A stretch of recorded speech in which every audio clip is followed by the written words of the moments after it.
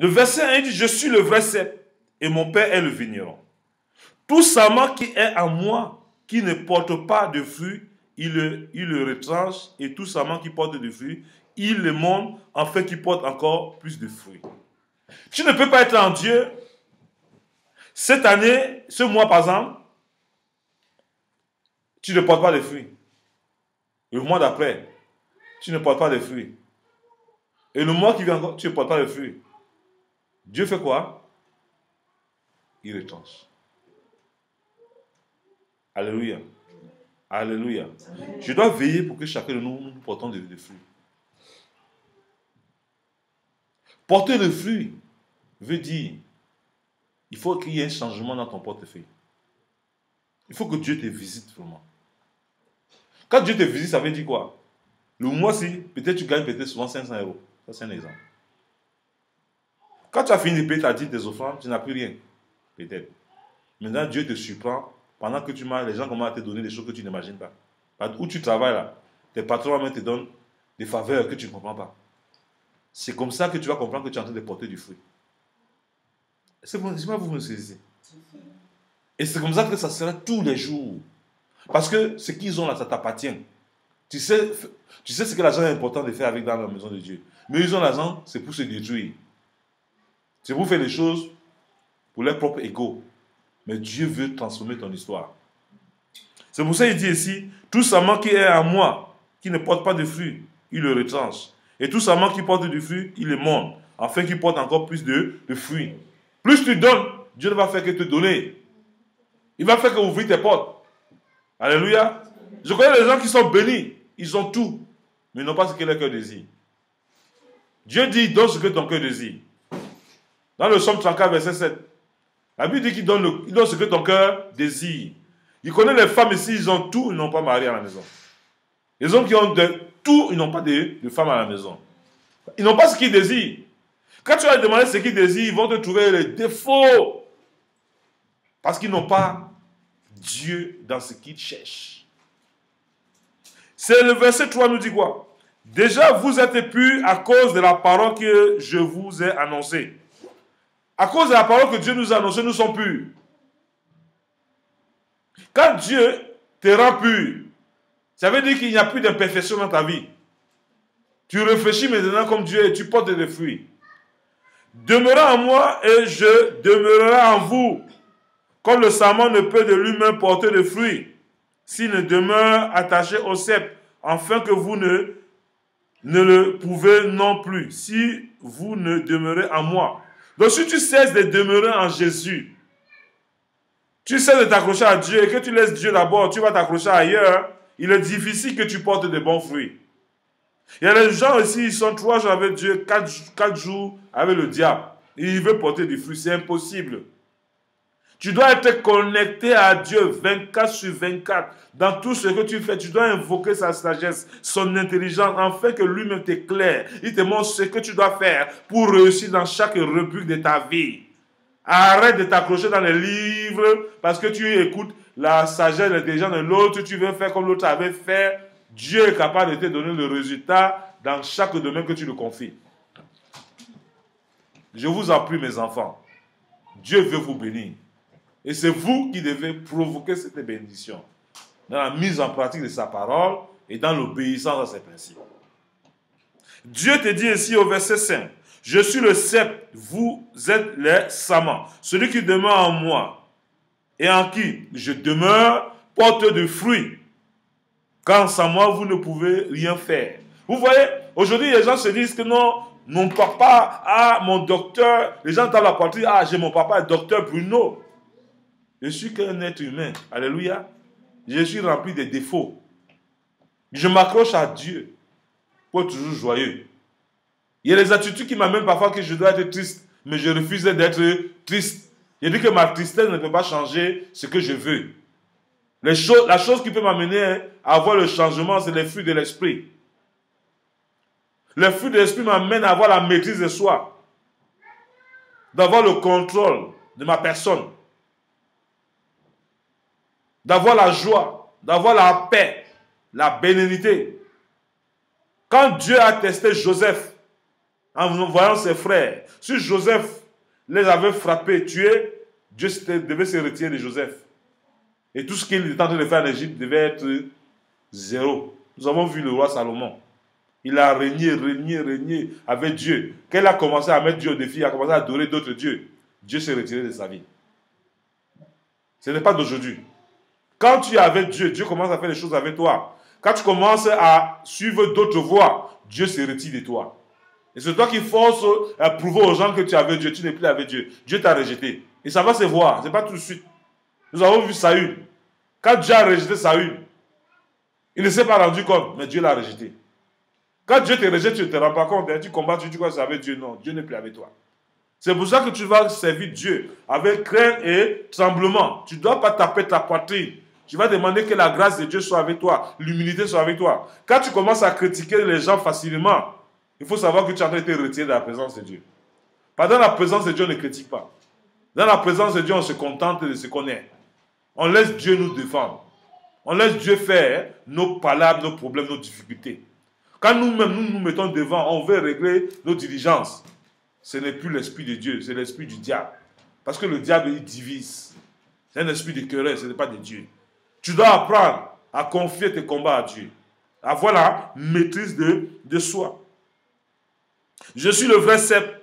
Je suis le cep, vous êtes le sarment. Celui qui demeure en moi et en qui je demeure porte beaucoup de fruits. Car sans moi, vous ne pouvez rien faire. Sans Dieu, il est impossible de faire du bien. Sans tu n'as pas Dieu en toi, tu vas toujours régler tes comptes. Il y a des gens ici qui rendent, qui veulent toujours agir et répondre à leurs conflits. Ce n'est pas Dieu, c'est toi-même. Mais le résultat de ça, il faut accepter. Parce que ça serait l'échec et la désolation. Tous ceux qui ont voulu se battre d'eux-mêmes comme Saül dans la Bible, comme Salomon à la fin, qui a abandonné le Dieu qu'il a établi, grand avec toute la sagesse, Dieu te ridiculise. Faites attention. Notre Dieu, c'est un bon Dieu. Mais sa rétribution aussi agit pour ceux qui minimisent ces principes. Nous devons marcher dans les principes de Dieu. Et les conséquences en découlent. Vous n'avez rien à prouver à quelqu'un. Ce que vous êtes, c'est la grâce de Dieu. Et ce que vous serez, c'est la grâce de Dieu. C'est pour ça que vous devez respecter tout le monde autour de vous. C'est Dieu qui établit les pauvres et les riches. Il est capable de changer le statut de chacun. Donc tu as une bonne nouvelle à annoncer à quelqu'un. Dieu est capable de changer ton statut. Quand quelqu'un te dit que ça ne va pas dire, Dieu change ton statut. Dieu va changer mon statut. Je ne vais pas rester comme je suis. Je vais aller de mieux en mieux, de gloire en gloire. C'est normal que j'aille de gloire en gloire. C'est normal que je rétrécis. Quand je rétrécis, je dois me poser des questions.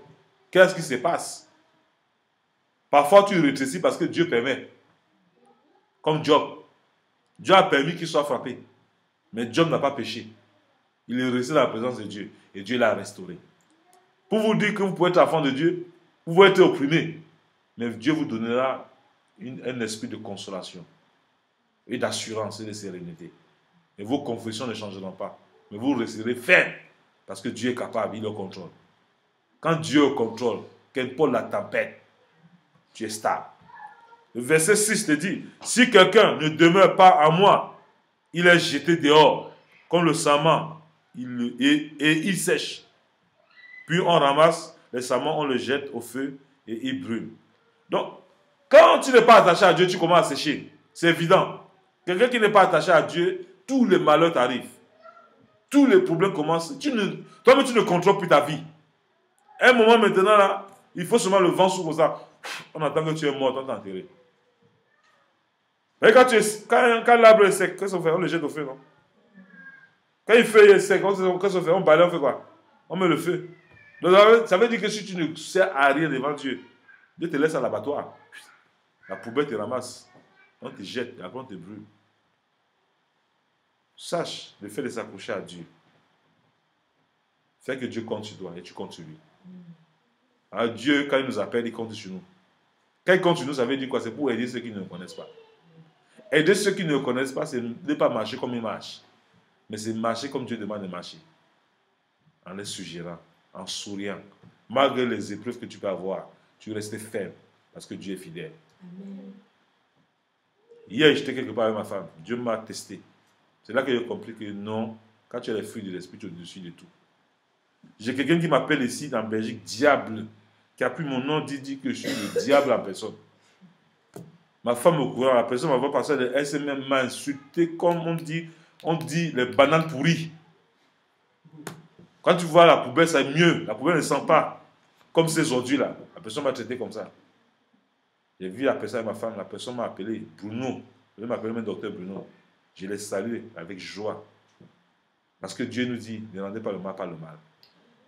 Ma propre femme que je vous dis là, elle n'a rien compris, elle m'a dit dans la voiture, comment tu peux saluer ton ennemi? Elle dit, ma femme, c'est des choses que Dieu te prépare. Moi-même, je suis émerveillé de ce que Dieu est capable de faire. J'étais spectateur de ça.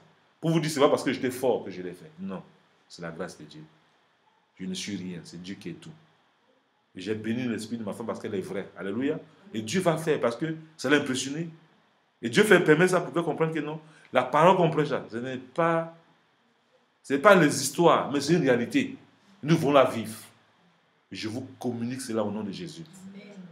La personne qui vous déteste, qui vous haït, ce n'est pas lui, ce n'est pas la personne. C'est un esprit qui est derrière la personne. Vous devez vaincre cet esprit-là avec votre attitude. Alléluia. C'est pour ça que la Bible dit, ne rendez pas le mal par le mal. Priez pour ceux qui vous maltraitent, qui vous persécutent. Faites du bien à ceux qui vous haïssent. C'est l'évangile. Si Dieu te teste comme ça que tu échoues, tu es obligé de reprendre la classe. Mais si tu veux partir à la classe supérieure, Dieu va mettre les tests dans ta vie tous les jours. Dis à ta soeur, dis à ton frère, Dieu va te mettre les tests tous les jours pour voir si tu grandis. Dieu va te mettre les tests tous les jours pour voir si tu grandis. Alléluia. Je bénis le nom du Seigneur pour votre vie. Si vous ne demeurez en moi et que mes paroles ne demeurent en vous, demandez ce que vous voudrez et cela vous sera à. Donc, imaginez que si cette test était devant moi, hier, et que j'échoue à ça, ce que je demande à Dieu, Dieu me dit, rends d'abord régler ton test. Ça peut me prendre encore un mois, un an. Quelque chose qui m'a pris une seconde, hein, j'échoue. C'est pour ça qu'on va à l'école, on vous fait souvent l'évaluation. Vrai ou faux? Pour voir si vous avez compris. Mais l'évaluation de Dieu, c'est comme ça. Hein. Il va permettre l'évaluation vite. Si vous voulez vite, il va le faire vite. La manière que vous priez, il va vous évaluer pour savoir s'il peut compter sur vous. S'il ne peut pas, il ne vous met pas une position qui va vous détruire. Parce que si vous donnez 100 € à votre fils et qu'il disparaît 3 jours, vous allez lui donner encore 100 € pour demain? Hein? Si vous lui donnez 10 €, 20 €, il est toujours stable. 30 €, il est stable. 50 €, il est stable. Vous allez donner 100.